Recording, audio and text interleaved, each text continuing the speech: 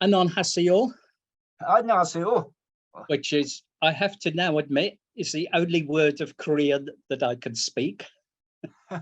So thank you very much for that invitation and introduction, Chulmo. You talk about being editor of tourism management for 25 years. You can see the impact. I have no hair at all. That's what happens when you keep editing a journal. So beware of your own journal and smart tourism. Another 25 years, Chulmo, you too might be having no hair. Anyway, Right. I will try to speak relatively slowly so that you can then follow me. Yes. But Chulmo, before I begin my presentation, he asked me to say a few words about the late Keith Hollinshead, who Keith you may have Hollinshead. seen. He died literally about a week ago. And Keith was one of those larger than life figures, large in size, but intellectually very innovative and disruptive as well. And it must have been more than 20 years ago that I met Keith.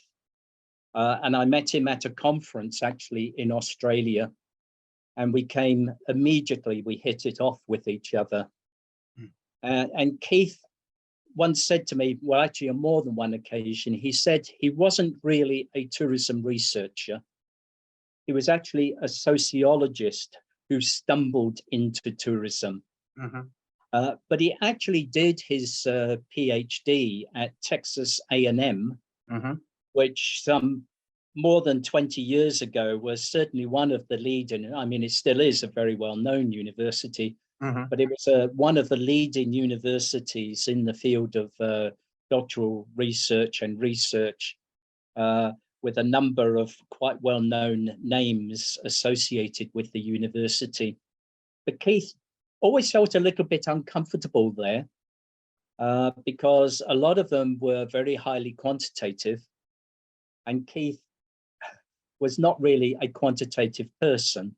And on one occasion, however, I had said something or put something about a particular statistic in a paper.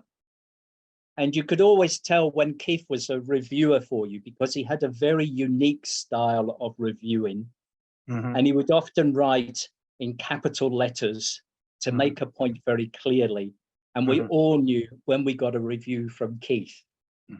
And when I saw him afterwards, he had great glee in the fact that in a factor analysis, I had not properly named one of the factors. And he took great pleasure in pointing this out to me because he was primarily a qualitative researcher. As a researcher and as a sociologist, he was very much influenced by the postmodernists. And at that time in Britain, and we're talking of a period when he was doing his PhD in the 1990s, there were a lot of people around like John Ury and Chris Rojek and others who were applying the concepts of the gaze and also trying to discern the silences in the literature and the silences in voices. And this is what Keith did in his PhD. His PhD was about the tourism and the myths of the Alamo. Now, the Alamo was a fort in Texas, which was attacked by the Mexican armies of Santa Anna during the time of the war against Mexico and Mexico's attempt to recover part of the southern United States, of which Texas was one. And of course, Texas won and it became an independent state, the Lone Star State. And it passed into American mythology almost, because some of the key characters like Davy Crockett was one of them. And when Disney came to make its film about Davy Crockett, it really launched the whole thing about the Alamo as part of American history. But that American history was very orientated towards the males and of course the gunfighters and the other heroes, if you like, of that American Wild West period. And Keith pointed out that they were not the only people at the Alamo fort. His thesis was about the Indians and about the Mexicans and the women who were present in the fort and their role. And this is picking up, if you like, on Foucault's point that you have to listen for what is missing. In any discourse, the silences help articulate a discourse as much as what is said. And for those of you who come from Asia, this is not a new concept. Obviously, you know, if you have a look at the Tao Te Ching, Sarji was writing about how the spaces between the hub of the wheel and the spokes of the wheel help define the wheel. In other words, what is not said is just as important. And what is said and what is not said shapes and reflects power structures in society. And that was what Keith was about. But he did it in a way which was highly intellectual, but very, very friendly and very, very supportive. Okay. And you would have seen the testaments that were paid to him by scholars on TriNet. Nearly everybody who came across Keith remembers him.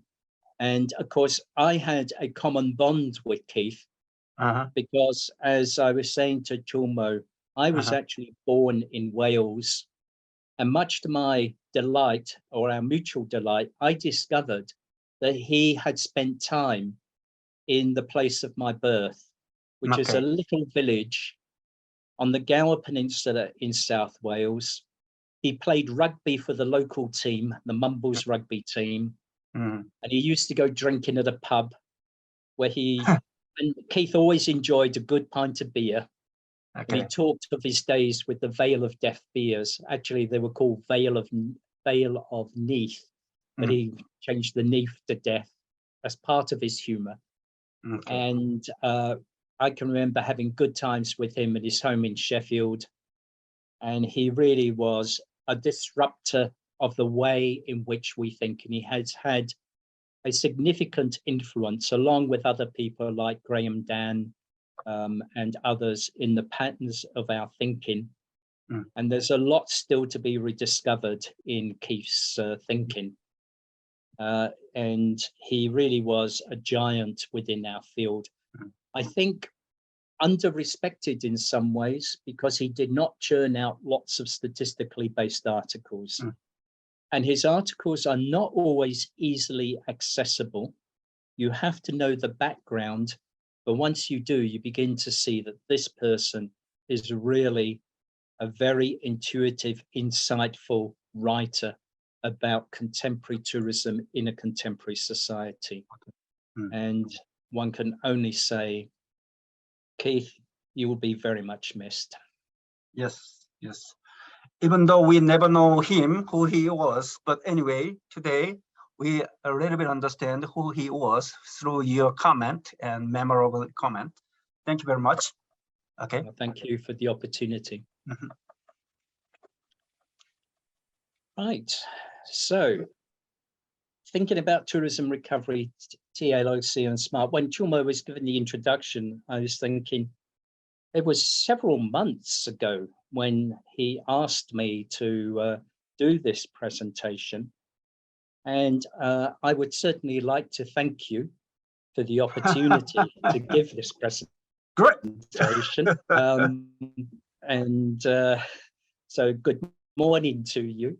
And as quickly, but thank you indeed. Now, as I said, Chulmo asked me quite a long time ago, and I think at that time, COVID was still a real issue. And in one of our conversations, we must have said something about looking at tourism recovery. So what I want to do is to talk about the recovery of tourism, but I will distinguish between the short term and the long term. And the longer we look into the future, the more important does become technology. Now you can see in the top right-hand corner there of my screen, that in fact is a Tandy TRS-80 computer. And that was my very first computer. Okay. I had one in about 1980. 1980. And it had 4K of RAM. Mm. And all the programs were kept on a cassette tape. The screen was literally green and black. Mm-hmm. And I spent hours programming the USS Starship to move from the left-hand side to the right-hand side of the screen, just as it did in, of course, Star Trek. Mm-hmm. To the point where my wife was even prepared to quote the computer as a source or a reason for divorce, because she saw so little of me as I was playing with it. And that was literally one of the very, very first computers that people could actually buy for home use. And that's about 40 years ago. And in that 40 years, we have moved from 4K RAM computers with programs on tape to, in fact, now high definition screens with fantasy games, taking us into the universes of imagination. And I sit here and I think, I wonder what the world is going to look like. And I'm not thinking about what the world would look like in 40 years' time, because the speed of technology has increased so much. Mm-hmm. And I think it becomes difficult for us to really consider what our world would look like, certainly in 2 decades, if not 1 decade. 1 decade ago, smartphones were only just coming onto the scene, and now we take them all for granted. So I think if we're going to be talking about smart tourism, it really begins to raise questions what, in fact, tourism might look like. My last point there is, what might tourism look like as we begin to fool the senses? And you might recall that about 10, 12 years ago, Samsung TV began running a series of television adverts where people came into a railway station and then they came and replaced the windows of the train with high definition television sets. And the train leaves the station, and what people see, in fact, are a series of scenes, including horsemen riding across the Mongolian grasslands, traveling into India, and eventually out into outer space. And so sharp is the definition of a modern television set that, by extension, you could say, what happens when we have the technology that begins to fool the senses? Because all of our tourism experiences are through our senses of sight and smell and taste and touch. And we are moving into a world where, as I sometimes say to my own students, Whitney Houston, very famous popular singer in the West, is still touring, even though she's long dead now, because they have made a hologram of her that appears in fact, the concerts that she is giving.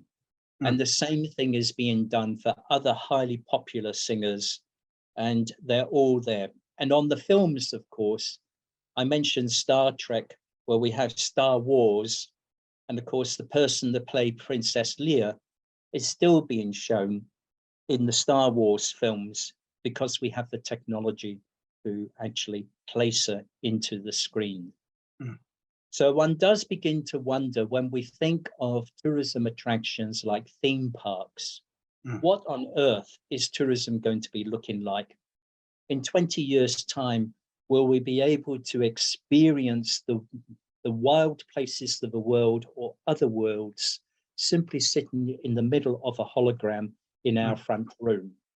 So to talk about time periods, well, time, I can easily talk about the immediate short post-pandemic period, but even in the time in which I was preparing this presentation, and now I think changes are occurring faster than perhaps we anticipated.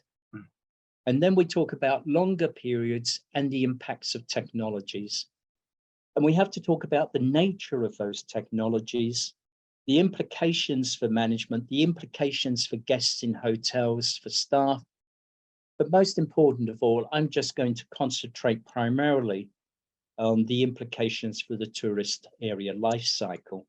But I will mention one thing. If in fact we can replace the windows of our hotels with high definition television sets, that begins to change our experience. When we go to the reception desk, always assuming there's still a reception desk, the reception clerk can say to us, and what landscape would you like to see from your hotel room? And we go to our hotel room and it might be under the sea, it might be on the moon, because high definition can fool our sight senses. And we can switch between various scenarios quite easily. But if you think about the implication of that, that has implications for the actual architecture and design of the hotel. Currently, of course, most hotels have rooms that look outwards, which always means that the rooms are built around the outer edge of the building. But if in fact we can have rooms inside the building, with in fact a false view through a high definitional window, that begins to change literally the nature of the construction of the hotel. And there are so many possibilities that face us, in fact, with the new technologies. Okay, Professor Christ, let me ask you one important question to you. You mentioned the smart tourism. You mentioned now technology. Concerning technology, what do you think? Is it just a tool for instrumentalism, or something other? Philosophically, beyond the tool, I guess, we pave the way to the future through the technology.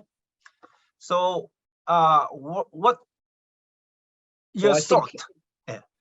Well, as I will explain a bit later, I think it's evolutionary. At first, we will use it as a tool.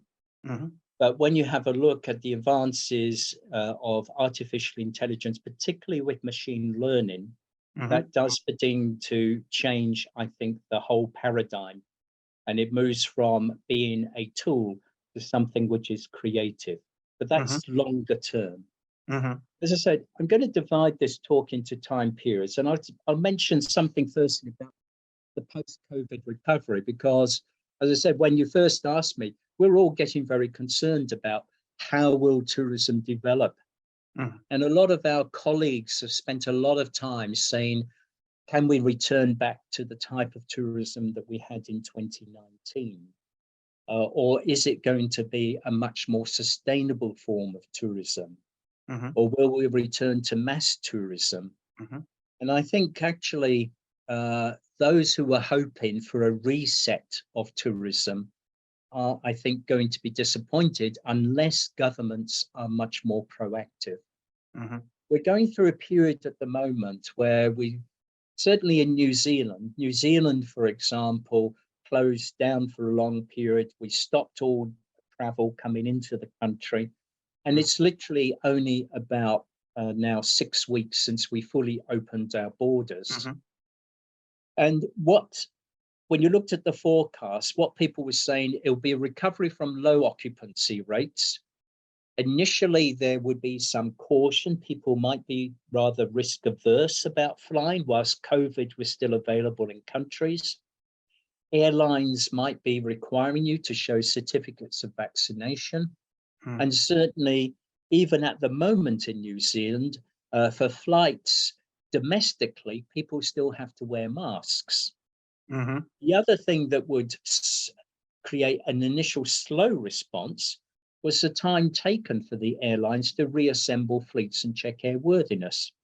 Air New Zealand's have been able to bring some jets into the airline schedules relatively quickly, because they kept them on standby But even then, it took them 6 weeks to bring one of those aircraft into operation.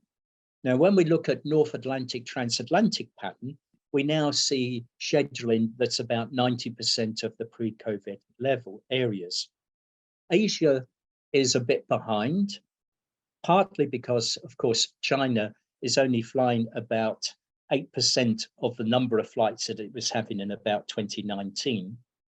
And so the Pacific, I always forget now what the acronym said. Anyway, the Pacific Area Tourism Association, PATA, and the World Travel and Tourism Council, but are no longer making forecasts as such, but scenarios. So if you have a look at the work that our colleagues are doing out of Hong Kong for PATA, they create, first of all, the econometric forecasts, then they go to the industry itself, and then they produce a forecast which is based on 3 scenarios of slow recovery, medium rate recovery, and fast recovery. Another issue that was facing the airlines was simply refinancing. In our case, for our national airline, they were bailed out by the government. They had to, and therefore they had to go to the private markets to raise an extra 2.2 billion New Zealand dollars to help repay the debts due to government support. Most of us are saying, I think now, that the industry will experience returning and growing rates of visitation. It's probably going to take about 3 years before we get back to 2019. That may be a little pessimistic as far as Europe is concerned, except of course now Europe is otherwise engaged in the Russian invasion of Ukraine. They were talking about business being led by VFR travel, an initial burst of business travel. That's certainly what we saw in New Zealand. As soon as our airports opened to international travel, the leading basis of airline travel was between Australia and New Zealand, with friends and relatives visiting each other, because they had not been able to see each other for at least 2.5 years. The other thing that will be happening is that airlines will certainly be doing their yield management, and airlines will be cherry picking their routes. Air New Zealand, for example, has said it is really primarily interested in North America. And one of their reasons is that they say, well, flying into Asia, and they do have some flights now which are going into Asia, but the number of flights is far less, because they are looking at China and saying that the Chinese airlines are being very much supported by their government, and they're being subsidized, whereas of course Air New Zealand is not, and the American airlines are not. They will be having to pay the full fuel rates, and equally they won't fly very much at the moment into the Middle East, because the airlines in the Emirates and countries like Qatar, Dubai, Abu Dhabi are getting cheaper rated or cheaper fossil fuel or aviation fuel. So they are doing very carefully their yield management measures. And for us, certainly in New Zealand, the United States is a key market for our forthcoming summer, along with Australia. Now, a lot of our colleagues were saying, is there in fact going to be a reset? And they talk about flight shame and greater environmental consciousness. I have to be honest and think their environmental or enthusiasm for environmental flying is in fact not going to be achieved in the short term. And I just took the Chris, like you mentioning the air transportation industry is still staggering, and is still a problem. But the airfare and the cost is still very high comparing the COVID-19. So it's hard for us to travel around due to that cost. So like the Russian-Ukraine war and COVID-19 virus, and and it's negatively affect to the tourism industry. But like when you said, if not the airfare decrease, we couldn't. Well, yeah, you're undoubtedly correct. My wife's mother is in the UK, and we were looking at airfares from New Zealand to the UK at the moment, and they're about $5,000. That's what you used to, and that's economy flight. Yeah. And one used to pay that for a business class flight. Yes. So yes, high fuel costs, but the loadings that the airlines are getting are relatively good at the moment, but they are flying less. And they're flying, and by holding back supply, that also helps to justify the higher price. And there is a secret, if you like, about tourism. And that is that, of course, most of our tourists tend to be of relatively high incomes. High income. And you can see here we're talking about Queenstown. Now, Queenstown is up to 90% of tourists compared to the 2019 figure. And that's because, but the airfares from Auckland down to Christchurch and Queenstown are extremely high. They're double what they used to be, but people are flying. And one reason why people are flying is that because they are so desperate to have a change of environment. Many of them have been living in rooms for long periods of time. And so that wish to fly is actually quite high. And Air New Zealand surprised us 2 weeks ago because it actually made a profit. And nobody expected Air New Zealand to make a profit so soon. And the profit comes by the fact that it's very route. It really does its yield management well, and its prices are high.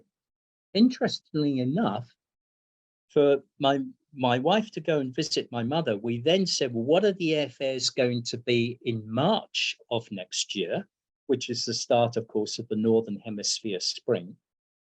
And then the economy fares are then down by about $2,000. So Air New Zealand are currently charging a fare of about $3,500 as against $5,500. And if we go into August of next year, which is the time of my mother-in-law's birthday, the airfares are about $2,800, which is really only about $600 more than what they were in 2019. So, now, Chris, and there are two other factors. Sorry, you mean tourist desire? Tourist desire is much stronger than the cost. Yes. How much cost will be? Double?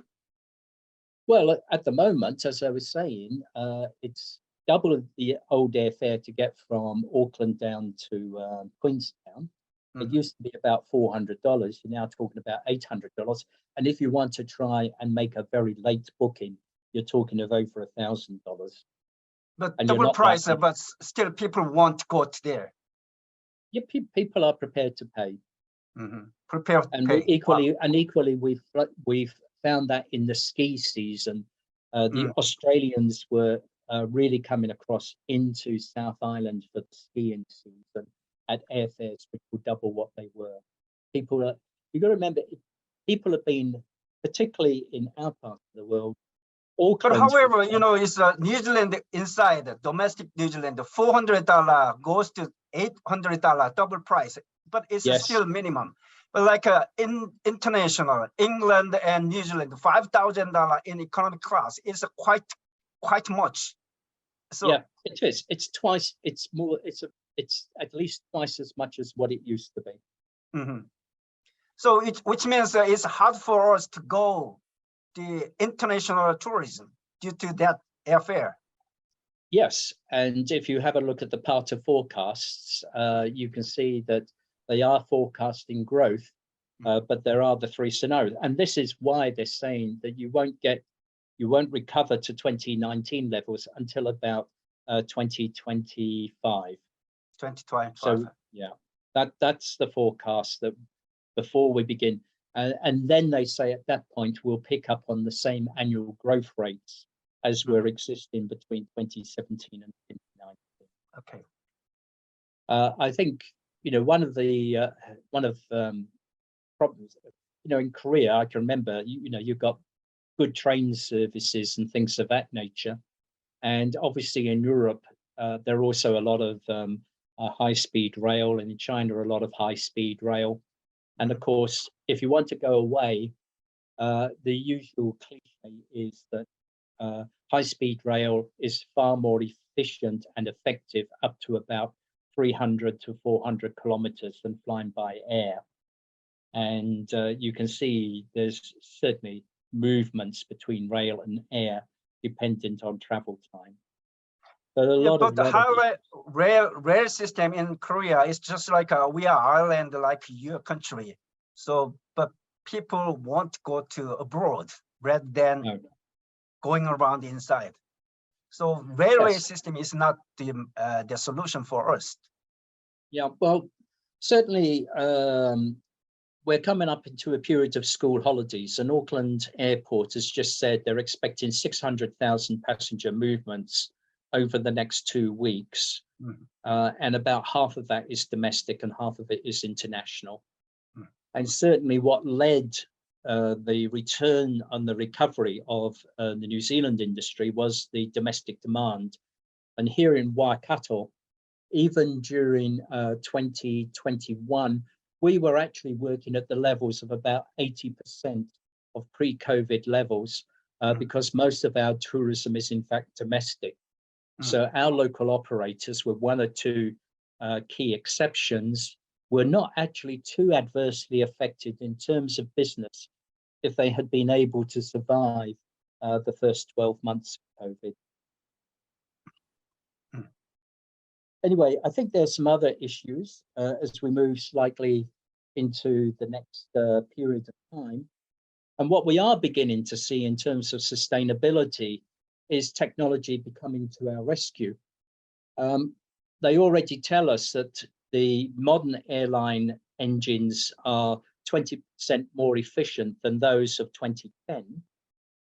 And we are beginning to see experiments now on sustainable aviation fuels, as they call them, safe fuels. And we're seeing a lot of technologies and changes there. And Air New Zealand have actually just imported, I've forgotten how many million tons of sustainable aviation fuel that they're mixing into their current fuels. But the other thing that I think will make a change is the use of battery-powered electric flight. Now, around about 6 years ago, I was at a PATA conference, which was one of the key speakers was in fact one of the executives from the Boeing aircraft factory. And he was quite confident that they would have electric powered flight for short haul flights carrying 30 to 40 passengers by about 2030, 2035. Now, here in New Zealand, we've actually had our first passenger flight across the straits between North and South Islands. But don't get too excited. It was only about an 8-minute flight and carried 2 passengers. But again, I was reading in the business press just 2 days ago that there's another company started by New Zealanders based in the United States, and they are also talking about being able to carry 20 to 30 passengers on short haul flights. That's up to about 200, 300 kilometers by about in another 10 years or so, 15 years at most. So we're seeing a lot of technologies. Now, one of the things that strikes me is I earlier referred to smartphones, and we didn't have them 10 years ago. And I actually, when I go into the classroom, I hold my phone and say, this phone is a more powerful computer than put men on the moon in 1969. And we have seen a change in the use. Our smartphones are not just there for phone calls. We play games on them. We do all sorts of things on them. They are, in fact, mobile computers. And when I have a look at what is happening to electric vehicles, the electric vehicles all have their display, their infotainment screens, etc. And it's all being downloaded over the internet, yes, and for those sorts of things. And I think we've got to change that towards the car. It will over time no longer be just the car. It's going to be a mobile computer. And that mobile computer will be talking to all the other mobile computers that are on the road. And that is, I think, with the advance of 5G, it's going to change. I'll pass over this slide. So now we're really coming into the potentials of smart tourism. And in this particular paper, which was delivered at a conference in 2018, I quite liked their graphic. They saw smart tourism as comprising of different forms of smart mobility. And that, of course, is, we already see it even in New Zealand. If you're waiting at the bus stop, there's a solar panel. You can immediately look up and it will tell you when the bus is going to be arriving. You can download the timetable. You can trace it's like an Uber. You can also trace where the bus is on the GPS. Those are the first signs of smart mobilities in terms of telling people what is actually happening. Smart careers was the second component that they looked at. Smart careers, for a long time now in my work, particularly when I was frequently visiting Abu Dhabi and Dubai, I was doing some work with Dubai Holdings, who are the owners of the Jumeirah Group of hotels. And they certainly had advanced knowledge management systems, which were really quite predictive in that as a trainee, you could immediately see what, in fact, opportunities were open to you. Once you had gone through your initial 3 months, you could then log on to the system. And after 6 months, you could then apply for other positions, not just within the local hotels, but across the whole international chain. And also, of course, you're delivering your CVs, you're being interviewed over the net, just as I'm giving this lecture over the net. So we begin to see all sorts of changes there. Smart tourism, or smart tourist eco-awareness. I don't think we are really seeing much of that at the moment, but it will become more evident. Smart networks, tourism, urban planning. Well, you can already see, you look at the channels and the various platforms.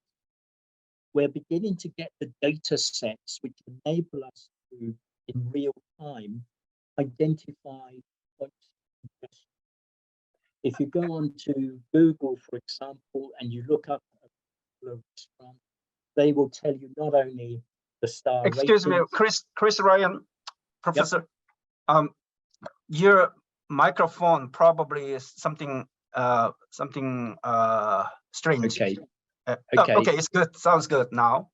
Good. Don't move. Don't move. Speak it there. Good. Good. As I say, if you go on to Google, it will not only tell you about the reviews and about what the advertising of the attraction or the hotel, but you will also see data now on what are the busiest periods. Smart applications, e-shopping's become a commonality, smart safety, CCTV systems. And that, I think, begins to take us into what I want to be talking about is, in fact, the implications for Dick Butler's tourist area life cycle. In order, however, to begin to really fulfill the advantages of smart tourism, there are, I think, 3 preconditions. First of all, there's got to be a demand for the services. And at the moment, demand tends to be very high. We're all embedded with our smartphones. We immediately reach for our smartphones. But there are growing concerns about privacy. There are growing concerns about facial recognition software.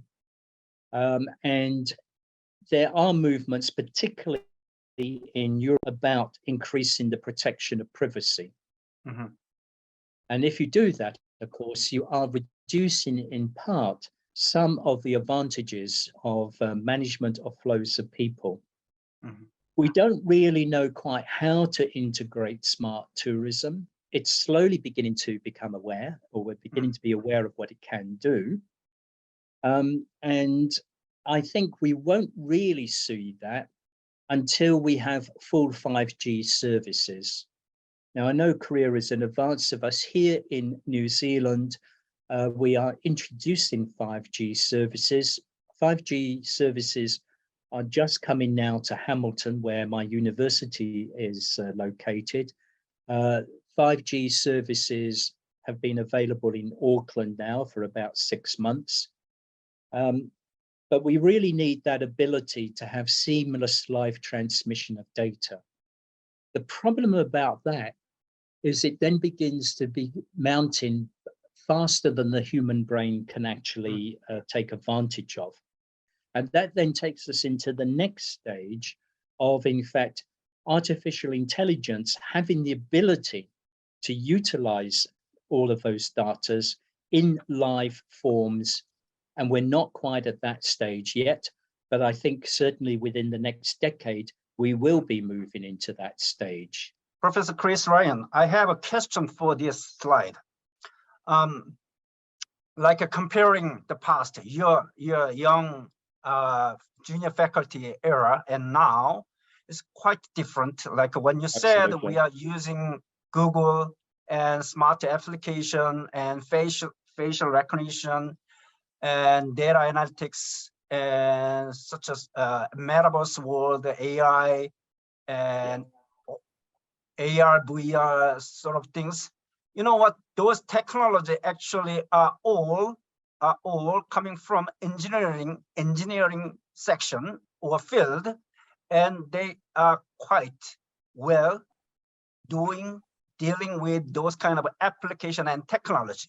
But as a tourist, as a tourism field like us, actually we are used to trained human resource for front desk, restaurant waiter, waitress, sort of, you know, labor force train course. But suddenly we have to catch up the technology trend and technology, core technology, you know, tools and sort of things. So how we have to educate our students from original labor aspect to the technology aspect? Well, that's why I think we're all increasingly using or putting into our curriculum digital logistics and to some extent, even now within our catering and restaurant services styles, we are certainly making people aware of bots for taking orders. And also, of course, there's slow introduction of robotics into the catering process. Yes. In the United States, there are examples now of robots preparing the pizzas. You don't go to a pizza restaurant for a high quality cuisine. You go to a restaurant which has a 3-star Michelin's chef or something like that. And that will be very difficult to replicate. But for fast food outlets, Starbucks have announced literally just a few weeks ago that they will be introducing robotic baristas. And my thought was, well, they can't make a worse coffee than what they're doing now. The world is changing. It's an evolutionary process. And at the high end, I think there will still be a very significant demand for human interaction. And we're back into the arguments of what is the authenticity of the tourist experience. And many people talk about existential authenticities. And Pine and Gilmore, of course, in their book, The Experience Economy, were talking about the difference between the passive and the active client, but they were also talking about immersion and absorption. And they are therefore talking about interactive, connected people, connected between the customer and the server, the guest, or the supply side, and the role of the tourist as a co-producer or co-consumer, where in fact the tourist is helping to create their own experience through interaction with the supplier. And it comes back to the old statement by one of, I'm trying to remember now which hotel chain it is, it's gentlemen serving gentlemen. And I think that level will always remain. And that will then mean that we will see a change in face of tourism between some of the basic mass tourism products, where people will happily go on into an extended form of theme park, where they are entertained by robotics, but then they will also be seeking other. And of course, it's what we were talking about the airfares. It's about, in fact, the pocket. How much money do you actually have? And there will be forms of tourism. I think the whole nature of the tourism industry will become increasingly diversified. This graph that I have up on my screen now comes from Stefan Gosselin and Mike Hall and others. And they were talking about this transition period between now and into the future. I was going to talk a bit, I'm very aware of the passing of time, and I've given you the reference, but my point was that tourism already has a theory of transition management. And that, of course, is Dick Butler's tourist area life cycle. And I'm sure you are all very aware of this, where Dick talked about the fact that as we initially explore a destination, and then we move into a period of involvement and then development, consolidation, stagnation. And I've always said that this is much more than just a theory of, in fact, the numbers of tourists over time. The first thing that people picked up, of course, was it represents a change in nature of the tourists.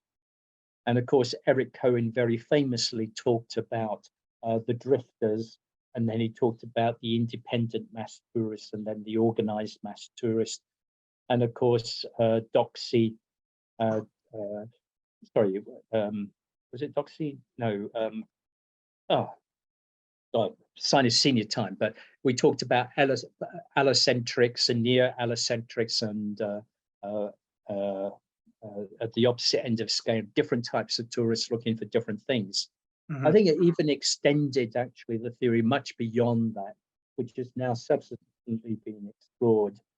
I was even writing about back in 1991 that it was about land use patterns, and it's about who slowly is promoting the destination, and control passes out of the local area into a national area and then into the international area, where increasingly the marketing is done by the travel agencies, the tour companies, and the airlines. There's a whole process of change that's associated with this theory. Local businesses get driven out because big international corporates can afford the higher land costs, etc. So this is a theory of transition management. But what I was beginning to think is that Dick identified, in fact, that there was a point at which it stagnates. I don't think we will reach the stagnation phase if we are using smart tourism in the way that it could be used. Now, smart tourism, we've already talked about, we use our smartphones.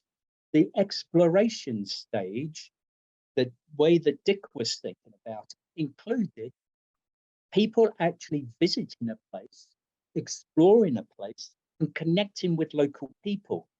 Today, we don't have to visit a place in order to connect with local people. We can do it over online. We can look at Airbnb, or we use WeChat, Weibo, all the other sorts of things. We are already in communication with our hosts before we arrive at the location occupied by the hosts. And what we are also then doing in all of those communications, there is a process of data collection. And we all know today that if you want to know what's going to happen in the next 3 months, it's no good doing econometric forecasting, because econometric forecasting is based on historical trends. What you do is you have a look at the number of searches which people are making on Google or Baidu or any other search engine. And we use those for forecasting what demand is likely to be in the next few months. And that changes, of course, again, how we can begin to manage on the ground. Now, some of the work that I've been doing in China, for example, with the museums there, was that we found that we would be getting problems of congestion. But as soon as you switched over to online booking, then we could solve the problem of congestion. We had concepts of what would be our carrying capacity. We could offer differential pricing for different forms of exhibitions. And now we can control the flow of people, or the numbers of people coming into the museum. And the lower the amount of crowding, the better is the museum attendance experience. In addition to which, we can now also offer opportunities for things like guided tours or explorations in terms of online provision of information. People take their smartphones into the museum. They get better information at what it is that they're looking at.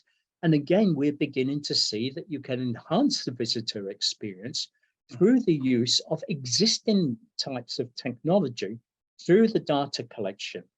Now, the question, as I said before, is how, in fact, can we handle all of these levels of data? At the moment, we've got people sitting there and they are interpreting all the data and assessing the trends. And yes, we can have pieces of software that can help us. But I think we're going to move, if we're now looking outside of an attraction or a museum, and we're looking at flows of people throughout an area, a town or a region or something of that nature, we can begin to move towards one of the great concerns of sustainable tourism. And literally about 2 months ago, I was in a ministry meeting here in New Zealand, and I was arguing that at the moment, the New Zealand government is requiring our regional tourism organisations to draw up destination management plans in order to get funding from the government.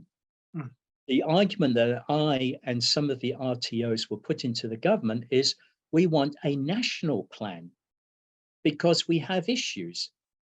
In 2019, the New Zealand population was showing signs of becoming less welcoming of tourists because of overcrowding, particularly in natural settings.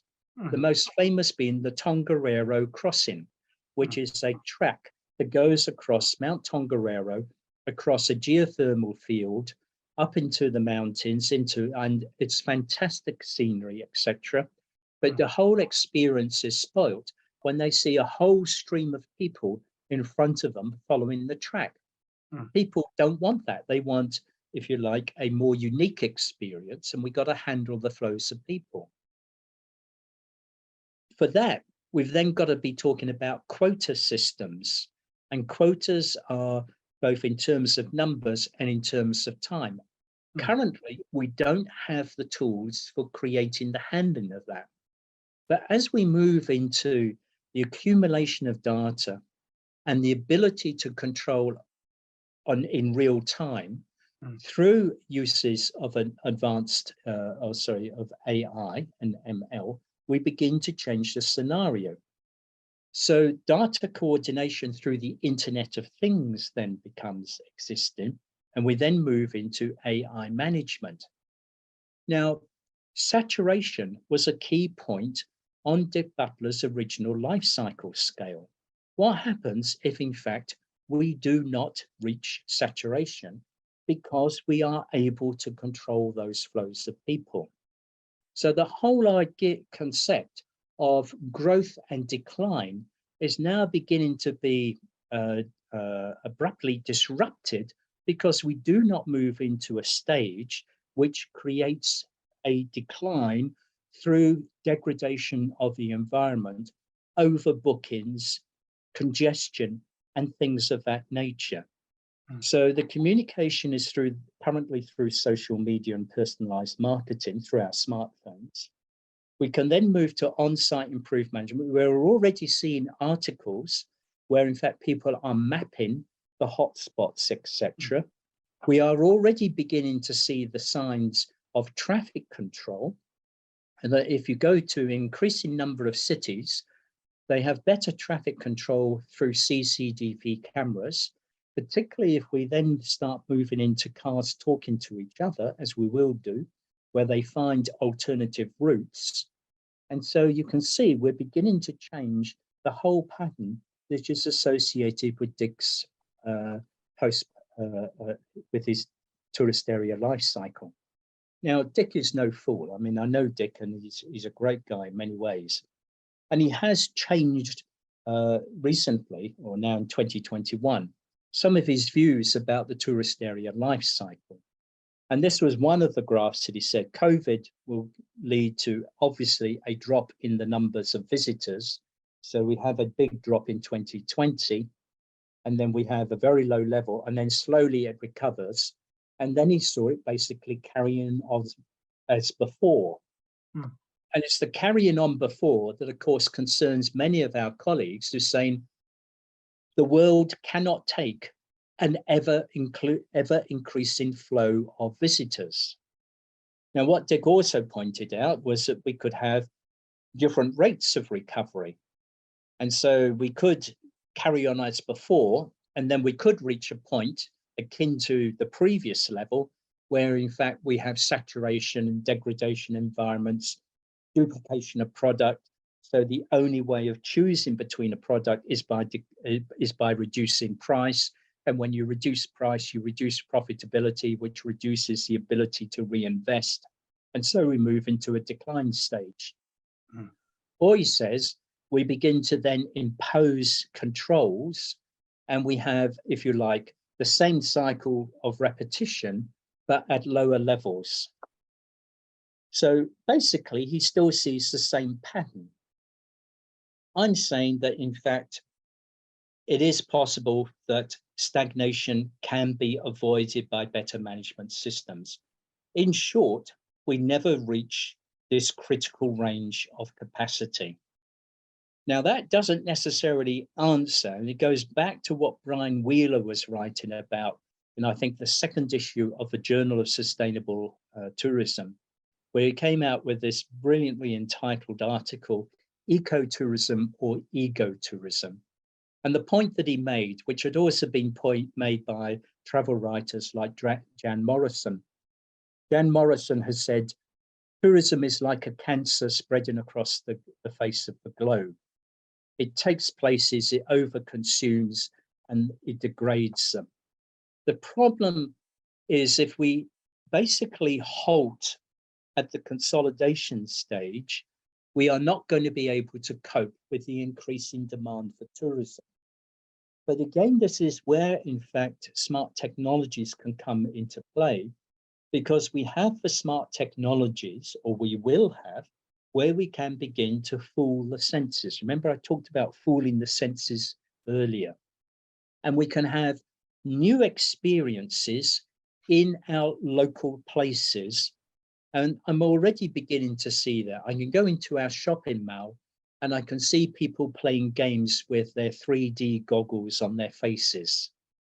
We can create alternative futuristic types of experiences very quickly. So the early smartphone gave us the information and communication stage. We're capable of making bookings. So our involvement no longer requires, as I said, face-to-face communication. We have these whole issues of ICT. Development is better informed by statistics. We can do the mapping. and data is collected in specific databases, and it can be disseminated virtually or indeed physically. It does seem to me that we're on the cusp of really significant changes. And we won't see these changes until we really have good 5G networks. And already, in fact, the companies are beginning to talk about 6G. That is the point at which our electric vehicle is no longer a form of transport. It becomes a mobile computer, just as our smartphones are tracing where we move, where we are, and generating data sets which are there to be acted upon in traffic intelligence systems. And you're right, Chuma, when you said a lot of this comes out of the programmers and the engineers. And it does have obviously implications for the future of tourism. I've talked here about— Here is my the question, the core technology coming from the engineering department, it is true. But however, the process and structure of tourism and hospitality industry, that we are aware of well understanding. So I think that organizational aspect, structure and process and interface between technology and human resource in our context is very necessity and required to us overall understanding. But actually, engineering guys, they don't quite understand our demand and our requirement. So what do you think about that? I'm not sure I would wholly agree with that, because artificial intelligence picks up from behavioral patterns. And if in fact we are saying that humans prefer to have human-human interaction, that can be taken into account. There are, however, enormous problems, and we've already seen that with Microsoft having, in fact, to halt one development because the computers were picking up the implicit racist attitudes that had been found in some of the programs that we had not really been aware of. But when in fact all your models are generally white people, the AI didn't know how to deal with people who were black, and basically ignored or shunted them aside. So they were getting a lesser experience. So the social patterns were then beginning to be writ large in the computer patterns. So, and we're never very far from ethics, I think, in tourism, because everyone, everybody who benefits, but there are some who don't benefit. We're back to fundamental questions of equality and equity within our societies. But here, I think, are some of the things that I've been talking about. Our accessibility is much easier, our convenience of booking. Online travel agencies are undoubtedly a boon for many people if you are doing simple trips. When I travel to Asia, usually because I'm need to go and speak perhaps at a conference, but I won't just speak to a conference. I will go and visit some colleagues. I will go and visit some of the places where we have research contracts. So my flights are not simple point A to point B, back to point A flights. Try and do that on an online travel agency booking, it's hopeless. They don't really cater overly well for that at the moment. So I go to a travel agent, a person who is very, very well skilled in being able to create packages. I pay that person, but what she saves me in convenience, the other big convenience I have is that particularly if I'm flying in a place like China, now we all know that in the afternoon, Chinese flights begin to be late, or if in fact the Chinese Air Force is flying, they have priority and all civil airlines are now delayed. And if I'm facing a delay for a flight which has got a connection, I don't have to hassle through on the internet. I make a phone call to my travel agent and my travel agent sorts it out for me. Wonderful. that is the human interaction. And I know my travel agent personally. We have coffee from time to time. So that's where I think your point about the human connection. But there are different types of services for different types of time, for different types of product, and for different levels of pricing and the ability to pay. What I think smart tourism will do is people who are currently not able to pay for the top end services, they can be like the student who just wishes to go, in our case, from Auckland to, say, Brisbane or Sydney or Perth, and they go onto an online travel agency and they get their cheaper ticket. And generally speaking, there's not much problem with that particular flight. We don't have severe winters, so we're not like on one flight I had to take from the UK, the fog came down, the snow came down, the flights were delayed. I just contact my travel agency and she got me onto an alternative flight. In our part of the world, we don't need to really, for the most part, worry about that. So online travel agency is fine. And so I think also we can have, as I was citing from my work in the Chinese museum, it's actually a Shanxi history museum, and also in Shandong, where we were using online specs as to what people were looking at, we find that we can create better experiences from the use of these technologies. What we also see is a big switching into the loyalty schemes. I think initially a lot of loyalty schemes were based on the frequent, they identify higher and frequent spenders, and their immediate reaction was begin to give discounts. What we are beginning to see now is a different pattern of provision by more personalized services and by providing more options.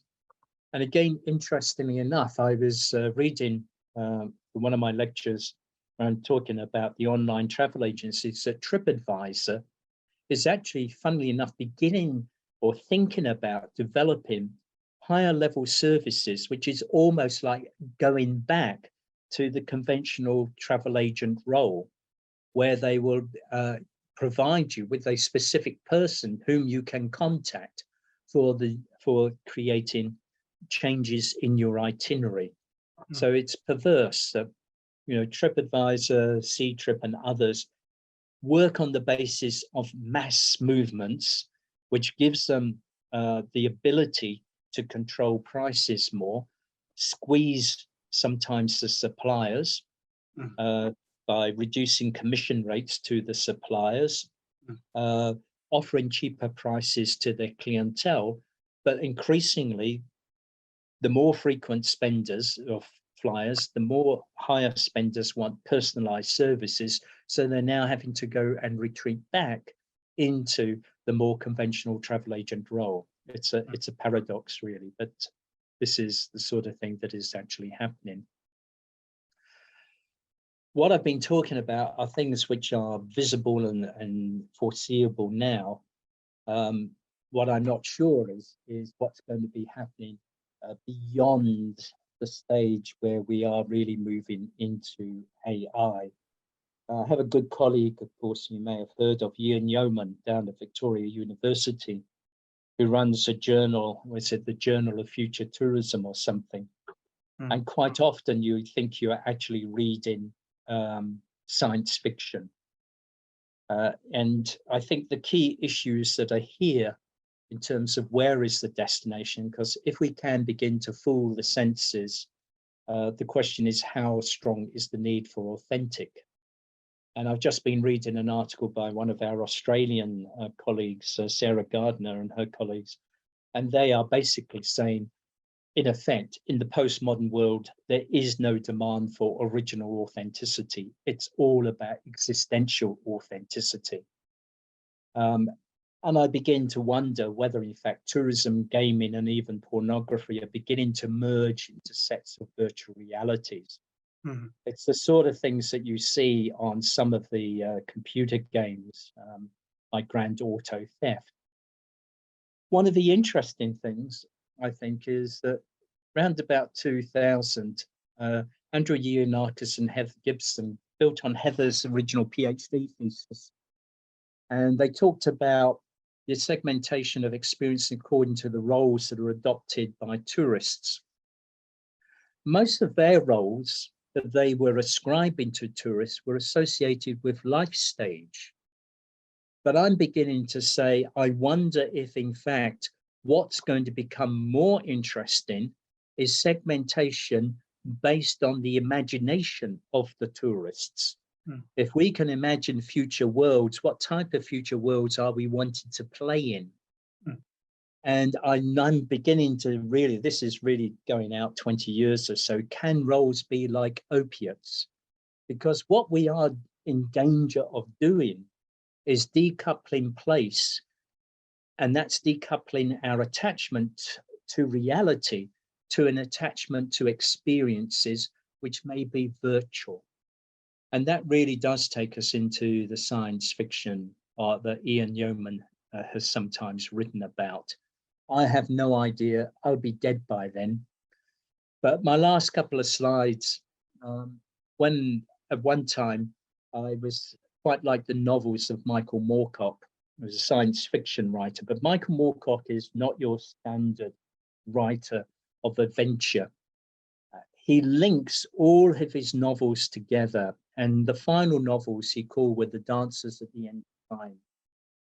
And it reaches a point where, as humans, we've actually lost the sense of being human.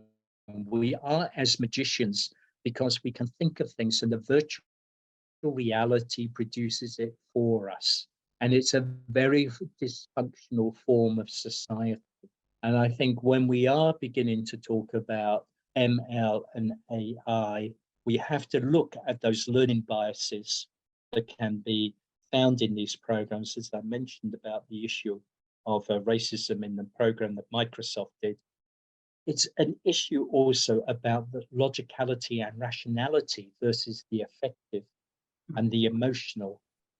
And the question that I would end here is, how does the algorithm sustain human senses of reality? So there are my comments on smart tourism in the future. Okay. And I do see the decline of Dick Butler's tourist area life cycle. I think it will be regarded as a reflection of the experience of humans looking at tourism as it developed in that post-war period, with the growth of mass tourism and the airlines in the period from about 1960 up to the year 2000. I'm not sure it's going to have much relevance as we move forward from 2020 to 2050. So thank you. Okay, Chris, it's a well-organized smart tourism lecture. I learned from you a lot. I can be able to reshape my original idea based on your lecture. Actually, we have a lot of students here. They may want to talk with you about technology, about tourism, about anything else. So please take some questions from students from now on. Okay, students. Professor Ryan, I have a question, and thank you very much for your lecture. And I have a question about, it's partially related to the smart tourism, but it's more related to your recent work of gentrification from the mega events or the Airbnb. What I was thinking during this lecture was the technology itself can help the people to predict and forecasting the housing price and the land value itself, but still there is the hosts are people, and they're not the robot who's are dealing all the the land prices. And so my point is, most of the journal, most of the articles, it ends with the needs of the intervention from the government or the goodwill of the people. And I'm just not sure. And then have you ever, and I think it has been the problem for the long for past decades. And do you have you ever seen any good example of doing or managing of those gentrification from the tourism thing, or any government they can balancing those kind of phenomenon before? Yes, this is a question that comes back to when I was saying I was in that meeting with the ministry. We no longer have a Ministry of Tourism. We have a Ministry of Business, Innovation and Employment in New Zealand. And the reason why they did that was because they appreciated the fact that tourism is not just about holidays and people visiting. Tourism has significant social and environmental impacts. And it was therefore decided that tourism couldn't be just dealt with by one minister. We needed the Minister of Infrastructure to be involved, the Ministry of Transport to be involved, and the Ministry of Social Development to be involved, all of these ministries. So in fact, what happens is that there are 12 ministers who meet at least monthly to discuss issues of how each of their policies are affecting tourism and how in turn tourism is affecting the social and natural environments and the infrastructure demands and all of those sorts of things. So tourism is a very complex system embedded within a wider social technological system. So to come to your question, Chloe, yes, I started that project began at, in fact, our UNWTO research site at Raglan. And Raglan is a relatively small community, but it has a specific niche, as I describe, I think, in the article, and it has the longest left-hand break for surfing in the Southern Hemisphere. And as a consequence now, ever since it got discovered in the mid-60s, it has developed a very sort of unique alternative lifestyle of surfing, potters, painters, artists, photographers. And what has happened, of course, it becomes a very desirable place to visit. And people have started moving in. And of course, it follows the typical example of a tourist area life cycle as described by Bruce Young in his article that was published in Tourism Management around about 1980, where he started to describe the changing pattern of housing. People build on rooms to rent out to tourists and things of that nature. And that was what was happening at Raglan. But in the last decade in New Zealand, we've had a growing inequality of income and wealth. And also New Zealand has gone through a process of almost 180 degrees. Up to about 1990, we were one of the most protected economies. A lot of services were provided by governmental agencies, like the railway system, for example. And we went through a process of privatization under the neoliberalism that had been made popular by originally Margaret Thatcher and Ronald Reagan in the United States, and the writings of economists like Milton Friedman, who argued that the best way of distributing resources is through the marketplace, and government actually had to step back and not interfere in business and allow the marketplace to allocate the resources. Well, what we have seen in the last decade or so is increasing house prices, because New Zealand, as a migrant society, we were getting many migrants coming in. The demand for houses was exceeding the supply for houses. But what we also began to find was increasingly the purchasers of houses were not first-time purchasers buying for a house as a home. They were buying a property as an investment. And in true capitalist fashion, you want a return upon your investment. And during the summer season, as I describe in the article, and it's not unique to Raglan, other people are finding the same thing. You can get, for example, quoting the prices of about 2019, you get $250 a night as distinct from $250 a week from somebody who's renting. And so people were being given notice to move. Now, the Raglan community then developed a project, the Waigaroa, which is the Maori name for Raglan-Breakland Accommodation Project, to have a look to see what could be done in the way of social housing and community-based housing. And the problem is, the short answer is, we can't do enough. The other feature of that location is there are 500 new homes being built by property developers, and those homes are being put at the market, on the market, at places that local people cannot afford to buy. It's a reflection, therefore, not of tourism per se, but of the pursuance of neoliberal capitalist policies in the marketplace. Now, the current government is a socialist government, it's a Labour Party government, and we have, partly because of COVID, we have stopped importing people. In fact, industry is not very happy with our government at the moment because we have a real shortage of labour in many areas.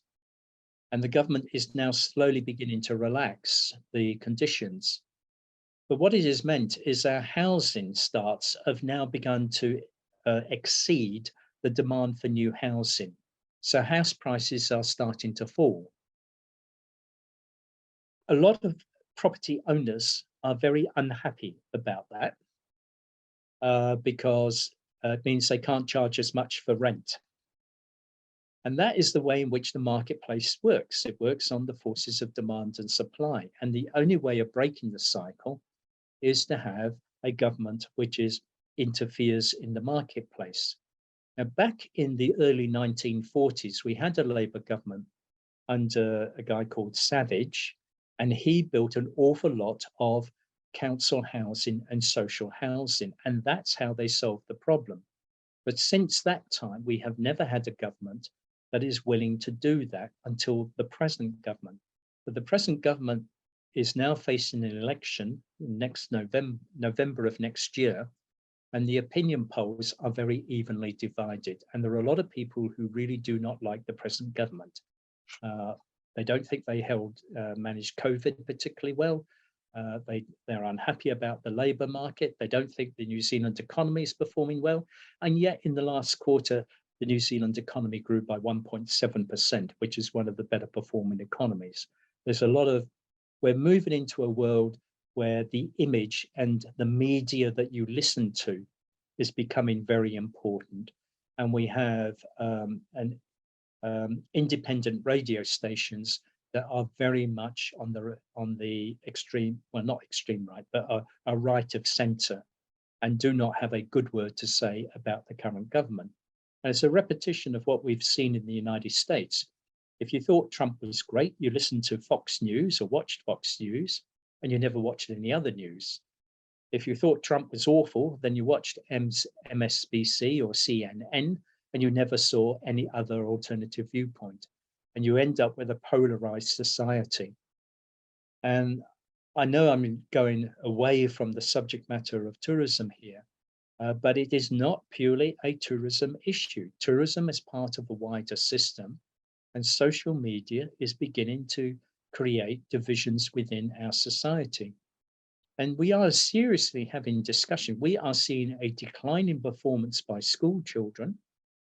Our ratings in maths and English are declining. And basically, there's a view coming that people do not bring their smartphones to school. They leave them at home.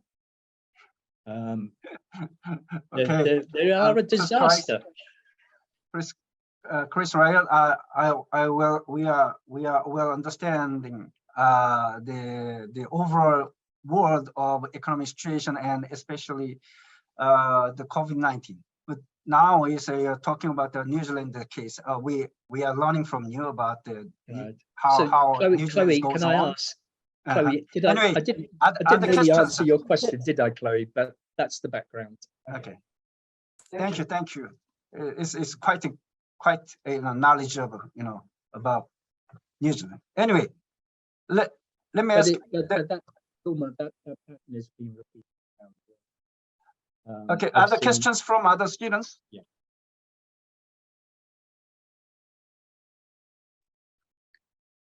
Professor Ryan, I have a question, and yeah, can you hear Yes. me? Yes, I yes, can, okay. Ewan. Yes, my question is related to high immersive technologies such as AR or VR in the tourism field.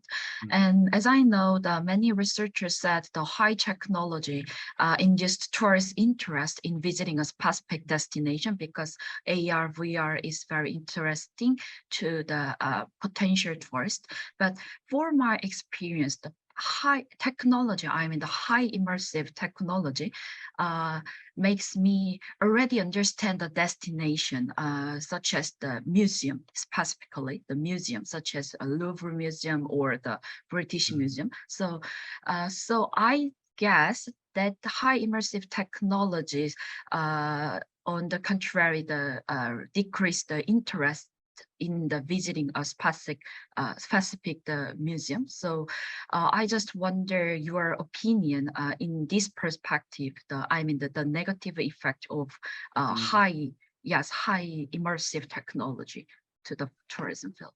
Yes. Yeah, I think what we're beginning to realize is that tourism does begin to increasingly question the nature of humans and philosophy.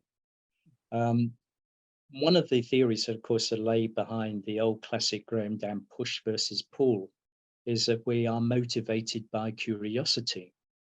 But you're right, if we are motivated by curiosity, we can satisfy that curiosity by going online.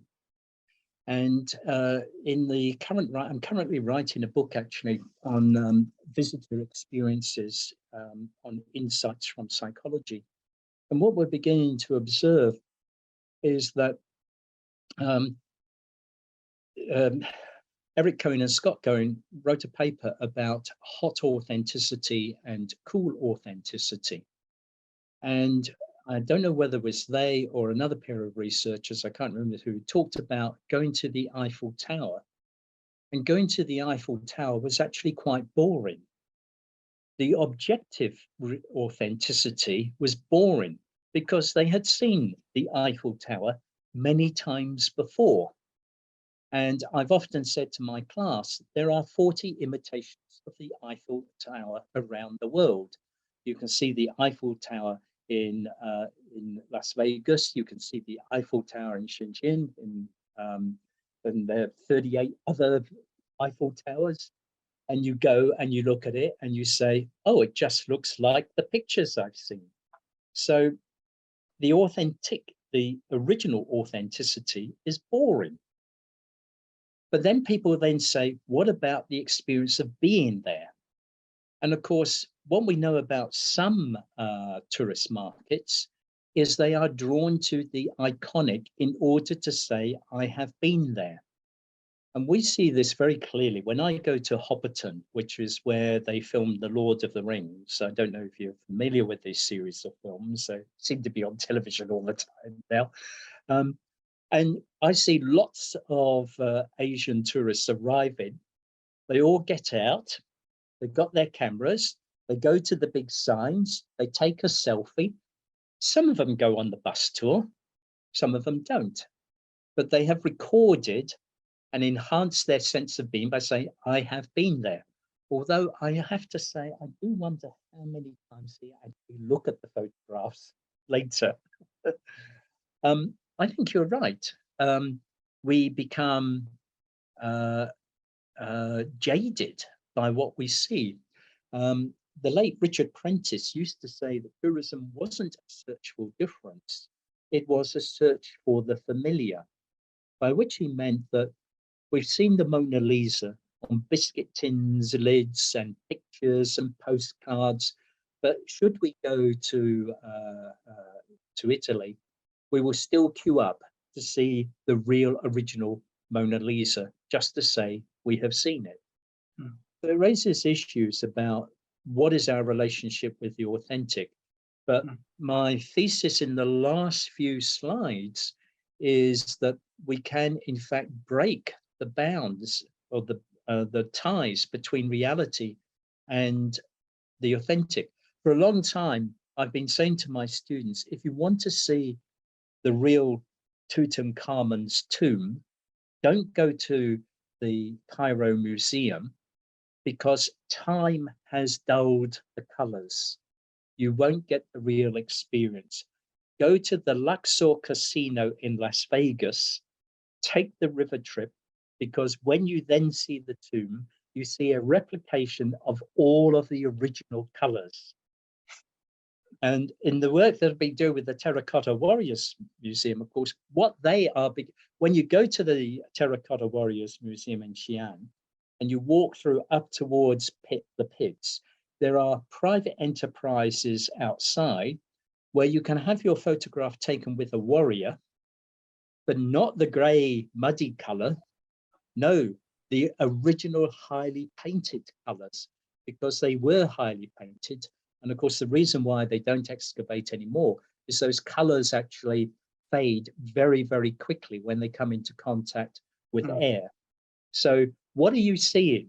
What's the real one? Because the real one is not as it was originally. You're seeing a replica, which is nearer to as it was originally.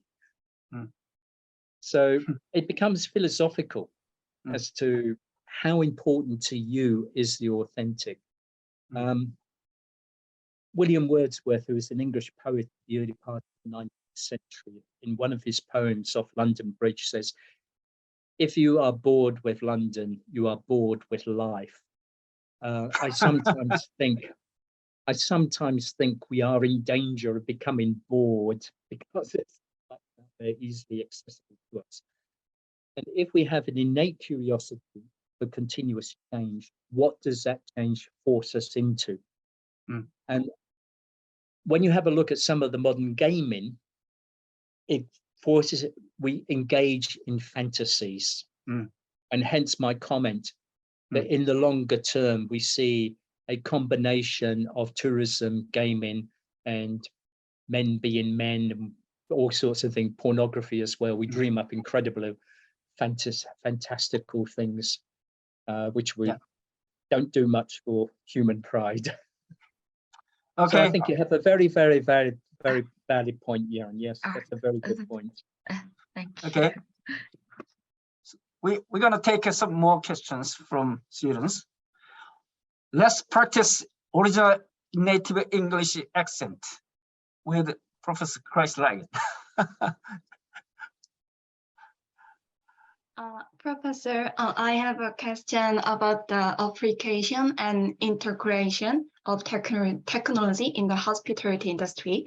Yes. As you know, our industry is really labor intensive, even though innovative technology was developed by the technology industry. However, because of some cost, I guess the industry has been slow in adopting this integrated technology, especially the online reservation system in airlines.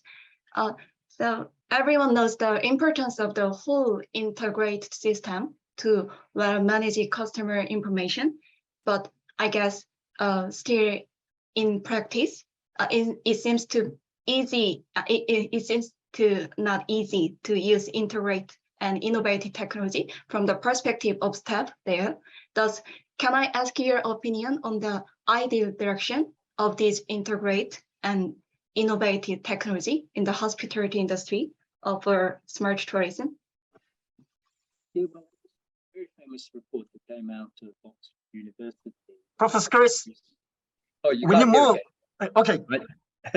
There was a very famous report that came out of Oxford University recently, well, about 2 years ago now, in which they forecast that something like 40% of all jobs on the American job scene would actually be disappearing. And I can remember passing through the airport, and I deliberately went up to a passport officer rather than going through the automatic reading. And he looked at me and I said, "I've come so you can keep your job." He said, "Oh, no, mate." He said, "If I wasn't here, we'd have much more interesting things to do." And this, of course, points out one of the conundrums of the technologies. What might be disappearing are a lot of the boring jobs. And I'm sure that when you fly today, you put your passport into a passport reader rather than going through the immigration desk. And so the nature of the job changes. But the thing is, a lot of the jobs that are being created are not necessarily jobs that we see as the client. They are disappearing behind a desk or behind a room or behind something else, or they're sitting looking at us on their cameras as we walk through and checking whether or not we are likely to have been a terrorist. I think you're right that cost has held back many of the jobs in tourism, but if you look around, you increasingly see that jobs are beginning to disappear. When you check in your baggage, increasingly you go now to a machine which will print the ticket for you. You key in your ticket number and it's all done automatically. You then have to carry your luggage to the conveyor belt. And industry has been very good at passing on costs to the consumer. You go shopping in a supermarket, and again, you will find that in a number of cases, you can look at a brand mark, you can check on a price, and you do self-checkout. Increasingly, self-checkout is there rather than going to a cash desk. So industry, you go to a petrol station or gas station, and a number of them increasingly now require self-service. In fact, in New Zealand, we have a chain of garages who now their unique selling is they will come and help you fill the gas into the car. Now, that used to be the ordinary thing. Now, the ordinary thing is you self-service. Yes. And so we have a whole history of jobs slowly changing, but other jobs are then being created. And I think, you know, it is a process of evolution. And I've forgotten who the authors of that original report are, but there are more criticisms being made of the fact that jobs are disappearing. The other element in this as well is that in many nations, of course, populations will be aging, and there will be less demand for, or there will be a greater demand for people, but less people are able to perform those functions. Japan, of course, is the obvious example, and it's one reason why Japan is so advanced with robotics, and they're looking quite carefully at the introduction of robotics into old people's homes. And they make things like very friendly, you know, dogs and robotic dogs, etc., because they find that old people begin to establish relationships with the way that these things actually respond to humans. And humans themselves are very adaptable. So I think, Yunji, you're actually asking a similar question to what Chulmo was asking. And I think it is a case where people will be looking at what it is they prefer and how much they can afford. And you will find that a slow evolution of change will occur in the provision of services. And that really is the best that I can do. I can't really foretell. As I've said in my major presentation, I'm fairly happy in giving trends up to about a decade or so.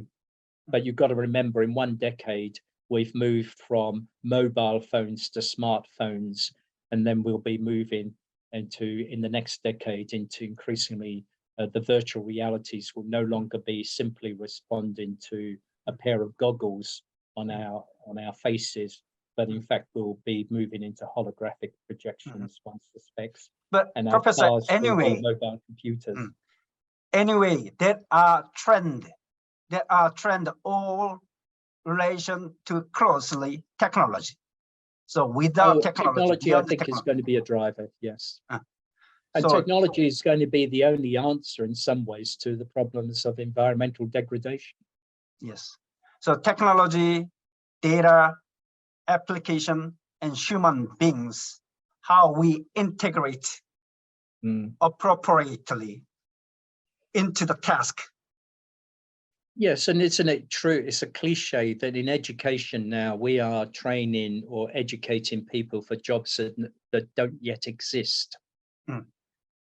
And that's why, you know, the skills of analytical thinking and conceptualization become really quite important. There's no Yes. point in teaching you facts when in Yes. fact the facts are there at your fingertips on the keyboard. Mhm. The question is, can you actually create out of the data? Can you create information? Mhm. And then out of information, can you interpret? And eventually, can you become wise? And there's a big difference between data and wisdom. Yes, that's like when you said we sometimes we ignore the conceptualization. Actually, conceptualization is very critical to lead the technology effect. The conceptualization is a very critical one. I think, yes, and conceptualization is born out of observation. I still believe that. I think many people like to plunge into the statistical analyses without actually questioning what is the validity of the question that they put into the questionnaire. Yes. That's another topic. Okay. Other students, it's a very rare chance to talk to Professor Chris Ryan. At least practice your English with a real genuine English speaker. Well, shall I ask a question? No. You're just answering. Okay, is our role to cast our question to you. I want to hear from you about world and tourism and New Zealand and your past time. Okay. So why you are 25 years in China? Why? Why? Because it's fascinating. Fascinating. It's a totally different culture. And it just so happened that China, I got to China before I got to Korea. I've had some good times in Korea as well. But it's a question of connections. And one of the reasons is I now have many friends there. The friends are at universities or at particular locations where research is going. So I've reached a point where I would like to go and see parts of China that I have not previously seen, but I have to keep going back to the same places because projects are. But there's been enormous changes. Enormous change. And that comes back. Yeah, one of the things also is because of that, I get a number of Chinese students, and we run a Chinese New Zealand tourism research unit. And one of the things that I encourage from my own doctoral students is that they select items which they need to challenge themselves. And by that, I mean, don't sit in front of a computer for 3 years.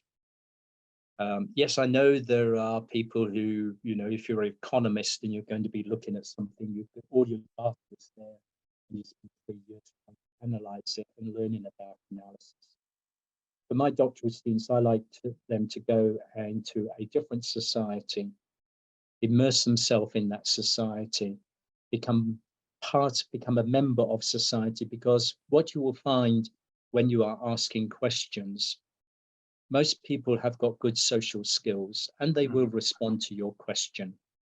But as you get to know them, you then begin to hear other stories. And you will only begin to hear those other stories if you are part of their social group. So I've had a number of doctoral students, and of course, China is good for this because it's got 55 minorities. And apart from the ethnic minorities, there are still significant differences between different regions of China and different dialects. So my students go into those areas and I tell them for the first couple of months, don't try and do any research. Just live and become known and strike up relationships with the local people. And then you can say, and they can say to you, what are you doing? You can say, I'm a research student, and they'll talk. But eventually they'll forget that you are a research student. You are somebody that they see every day. and you will find that they will begin to tell you different stories. And it's out of those stories and observations that you begin to get the richer, more detailed data sets. And then you can create your questionnaire. I see a lot of what's going on is people establishing a questionnaire based on factors found in other people's questionnaires. And they put them into a questionnaire and they say, oh, look, I've discovered 5 factors. No, you haven't discovered 5 factors. You've confirmed, what you have confirmed is that your respondents have answered in a logical and rational manner because the 5 factors that you chose to put into your questionnaire have now emerged from the exploratory factor analysis. And that, to my mind, is a tautological process. And then they go and do their structure equation modeling, which seems to have become very popular. And you then have a statistical relationship. And it's no more than a statistical relationship. It's not necessarily, it can be, but it's not necessarily a reflection of the reality. And I think one of our failings as a group of researchers and publishers and editors is we don't publish enough of the work that didn't meet the norms of a good fit index or something like that. They're much more interesting questions. Why did this theory not work? It's a much more interesting question than I've got a theory and I can show it works, but then I borrowed the theory from other theories. And I think sometimes, as the late Neil Leeper said, we don't publish enough about the failures. What is a failure? It's a failure by some statistical measure. Now, interestingly enough, if you have a look at the work of Isaac Pearl and Dana McKenzie in their book, The Question Why, they are actually saying a little bit like Arch Woodside, forget all of this stuff about probabilities. Now, coming from someone like Isaac Pearl, this is really interesting because he's one of the fathers of writing algorithms and artificial intelligence. This guy is really into the nature, and what he writes about are the counterfactuals. He emphasizes what he calls the counterfactuals. And this is a whole new way of looking at and interpreting data and sets of information. He's not a tourist writer. He's a computer scientist. It can be a bit difficult for reading, but it is a book for the general intelligent reader, if you like. It's a thick book, but if you really want to start to get into the nature of understanding, and that's what he's writing about, the question why. Okay, here, another question from another student. I have a question. Yes, Elisa. First of all, thank you for this really interesting presentation. And when we talk about smart tourism, I was wondering about the impact of smart tourism in less developed countries, like the country in Africa, and how it can be like a disadvantage for this country and how it can impact the tourism of these countries who can use smart tourism. Well, thank you for your question and your kind words, Elisa. Although I'm sure everybody says to the speaker, thank you for your interest. I think in a country such as Africa, there are, of course, again, I think, differences. I mean, it's like when I go to China, it's a big difference between the eastern seaboard cities and, of course, when you go to the west, there are signs of real poverty. And the question, can't hear you. And stand okay, on. my voice was getting lower. It's a question that depends upon the differences between, if you like, and I guess this is what partly is in your mind, Elisa, the affluent tourist going to a more impoverished area, and what are the impacts. And I think these have been well recorded in our literature, way back even into the 1970s and 80s with the work of people like Ed Brunner and McCannell in the questions of demonstration effects. There's both a good and a bad side to it. The good side usually is that tourism is a source of revenue, which increases household incomes. The bad side is that it can increase costs, land, food, other elements. The patterns of behavior which are demonstrated by tourists may be not culturally appropriate, but you do find that younger generations can begin to copy. And what I have said in the past is that host societies determine for themselves in their own list of priorities of values what is of value to them. If they, in fact, they see something which has value for them, that is contrary to a traditional way of doing things, it is their decision. It is not the decision of administrators or tourists or anybody else. They have the right to accept, just as they have a right to reject. And in some of my work, I was in Australia before I came to New Zealand. And certainly there are things that I would not write about Aboriginal tourism because I do not understand it. And people have a right. And there are Aboriginal areas that have totally rejected tourism. And fairly recently, we've had areas here in the Waikato where Maori have rejected tourism. They do not want to have any tourism. And that's a perfectly legitimate response. Smart tourism, what you will find, and here I will go back to some of my early trips to China 20 years ago. I was visiting really quite poor villages and tourism was just beginning. But within a space of 3 or 4 years, there were dramatic economic benefits to those areas. Why? Those areas did not have landlines. And what it meant was that when they had, whilst they then went and worked out in the fields, any conversation that they might have, any idea that they might have, they could only discuss when they got back into the village. And at the end of a day where most of it was physical labor, you're pretty tired and you don't necessarily want to sit down and start talking about things which are contentious because they're new ideas. Once cell phone towers came into view, that was great. And that was the major reason why their income went up. Because instead of having to wait till the end of the day, they could talk to their neighbor, they could talk to a family member immediately.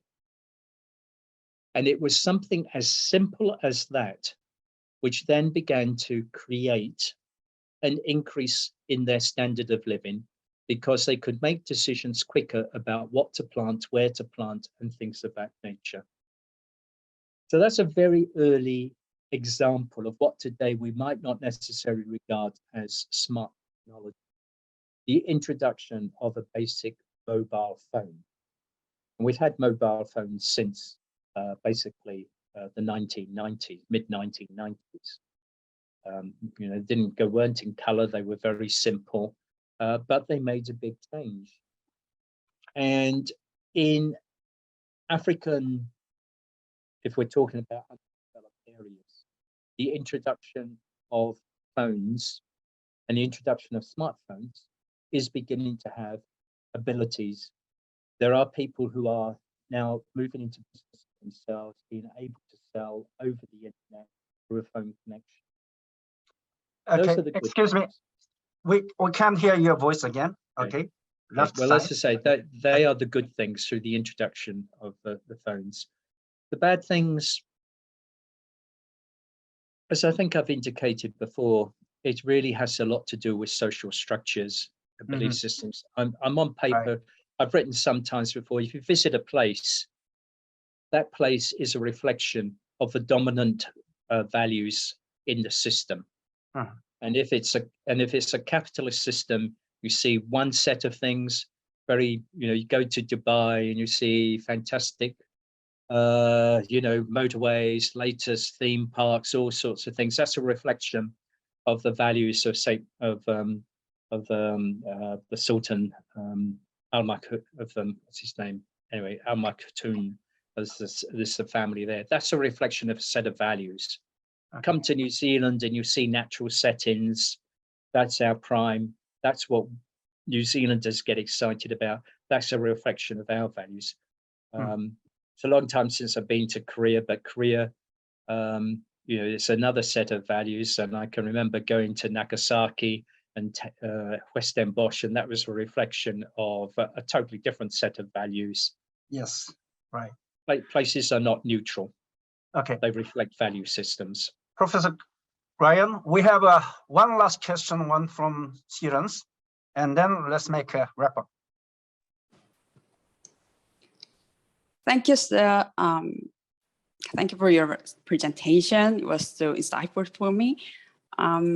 Speaking of algorithm, nowadays I'm really curious about it, understanding what is AI algorithm or how we can use it in terms of tourism.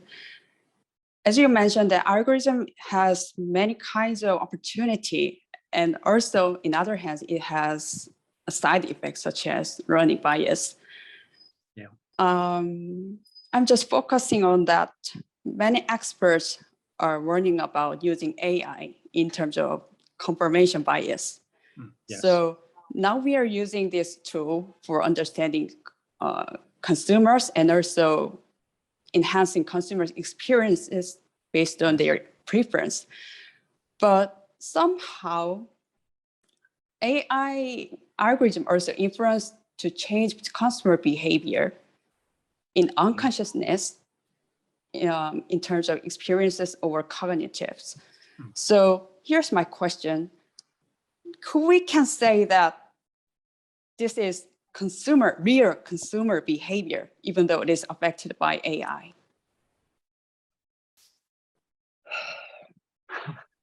You know, I know that this question is a little bit imaginary. no, that's all right. No, this is actually a very, very old question. And it goes back to the dawn of the postmodern age. There were American commentators like Vance Packard, and Vance Packard wrote a book called The Hidden Persuaders. And what he was concerned about was the role of advertising at a time when advertising on television was occurring. Postmodernism is a term often used when people are actually asked, when did postmodernism begin? They usually say it began at some time in the 50s or 60s. And at my age, if you like, I'm the first generation of a mass communication age because we had television and it had advertising. And writers like Vance Packard were concerned about the way in which advertising was seeking to change consumer behavior. And part of that also, at the start of the postmodern age, is a time when people started to produce a lot of different brands. I can still remember going with my grandmother to a greengrocer and her purchase of order, and he actually put a trowel into a sack and poured it into a brown paper bag for her and then gave it to her. It was unbranded, it was a generic good, whether it was flour or whether it was butter. Once supermarkets came, people were competing for space on the supermarkets by attractive packaging and by establishing brands and persuading people to buy brands. And Vance Packard, his book was written in 1957. Alvin Toffler's book, Future Shock, was written in 1966. And they are very good books still to be read today because they were raising exactly the type of questions that you have actually asked. They are not entirely new questions. What we are seeing them, however, is being applied in entirely new environments. And it really goes back to a deeper, more philosophical discussion of what it is to be as a human being. Are we so passive as to be led by the algorithms? Are we so unquestioning as to be led by the algorithms? That's why in part you're at university. I repeat what I said before. It's about becoming critical and thinking and being able to see outside of the immediate thing that is being presented to you. And that means, I say to my own students who come to me to do a tourism class, I said, you've chosen the most interesting subject the university has to offer, but it is also the most difficult, because to understand tourism, you have to be a psychologist, a sociologist, an environmental scientist, and you've all of those things, but you're not being trained in sociology, psychology, geography, environmental science. You've got to pick it up as you go along. And it's a very, very difficult subject to think about and to think very much. So it is about utilizing, as I said before, the facts. You can learn the facts. They're at your fingertips, but it's being able to think in a critical fashion.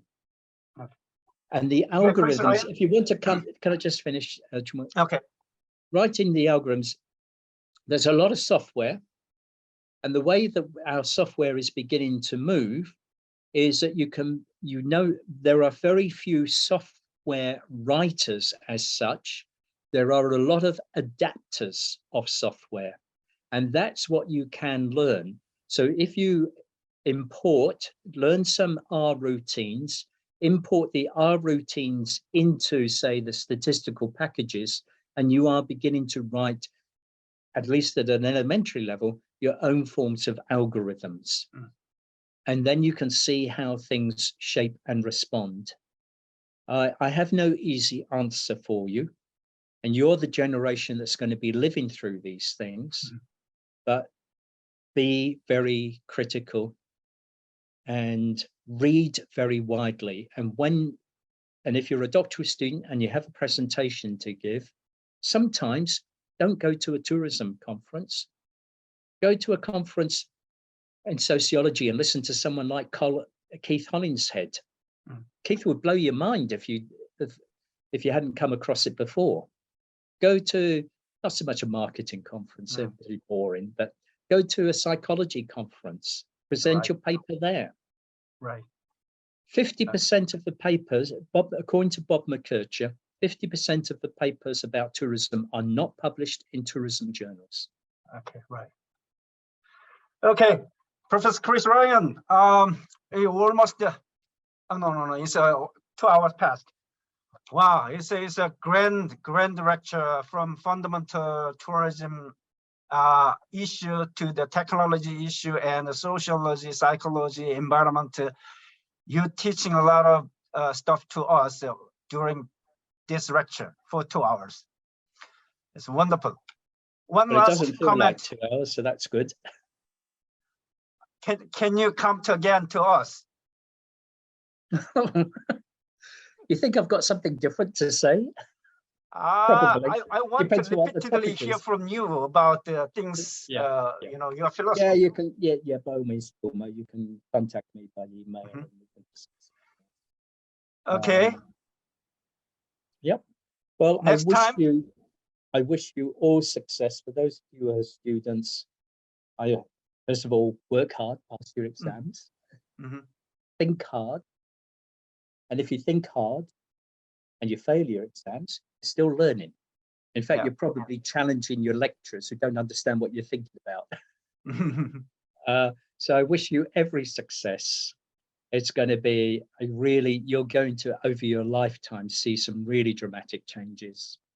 And let's all hope they're good changes and somehow we can solve the problems of environmental degradation.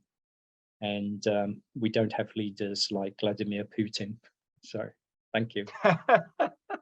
Okay, thank you. I highly appreciate your attendance and the participation and lecture. Look forward to see you in face-to-face. Okay, Somewhere, at some someplace. stage, yes. Okay then. Okay, thank you. Right. Bye-bye. Bye-bye. Thank you, Professor. Thank you. Bye-bye.